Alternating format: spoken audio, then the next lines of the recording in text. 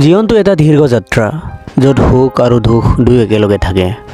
কেতিয়াবা সকলো ভালে চলে, কিন্তু কেতিয়াবা এনেকুৱা সময় আহে যেতিয়া সকলো অন্ধকাৰ যেন লাগে। মনটো দুখেৰে ভৰি উঠে, ভয় আৰু সন্দেহে মানুহক ভিতৰৰ পৰা দুৰ্বল কৰি তোলে।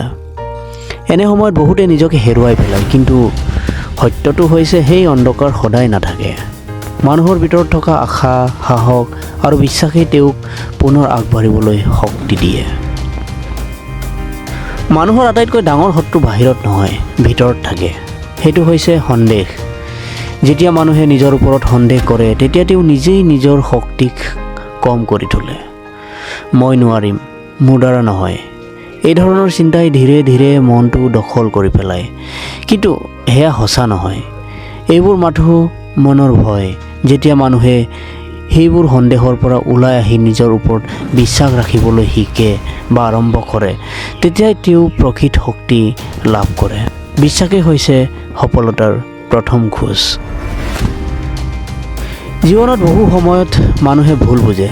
যদি কোনোবাই নিজৰ কথা সঁচাকৈ কয়, নিজৰ পথ বাছি লয়, তেতিয়া সমাজে তেওঁক সহজে গ্ৰহণ নকৰে। কেতিয়াবা সমালোচনা হয়, কেতিয়াবা অৱজ্ঞা কৰা হয়। সেইবোৰ মানুহৰ মনত আঘাত দিয়ে, কিন্তু ইয়াতেই পৰীক্ষা হয় জীৱনৰ।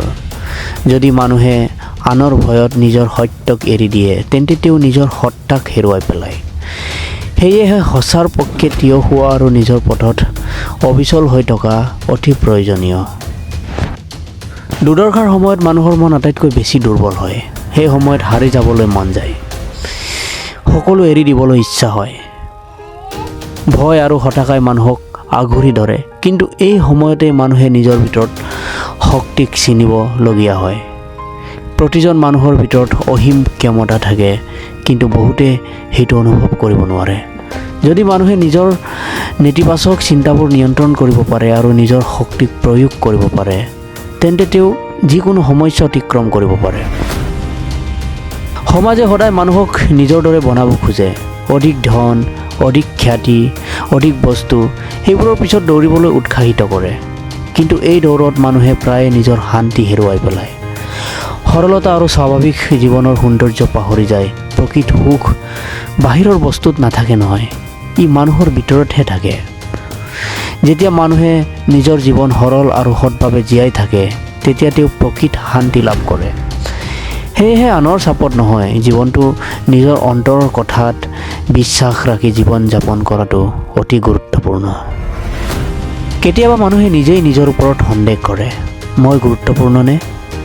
এই প্ৰশ্নটো বহুতেই নিজকে সোধে। বিশেষকৈ যেতিয়া একেলগে অনুভৱ হয় বা ব্যৰ্থতা আহে, তেতিয়া সেই অনুভূতি বেছি আহে। কিন্তু প্ৰতিজন মানুহেই গুৰুত্বপূৰ্ণ। জীৱন সৰু হ'লেও ইয়াৰ অৰ্থ গভীৰ হয়। মানুহে কৰা সৰু সৰু ভাল কামবোৰেই তেওঁৰ জীৱনক অৰ্থ দিয়ে, অৰ্থপূৰ্ণ কৰি তোলে। সেয়েহে নিজকে তুচ্ছ বুলি কেতিয়াও নাভাবিব। নিজৰ মূল্য বুজা আৰু নিজৰ ওপৰত বিশ্বাস ৰখা অতি প্ৰয়োজনীয়।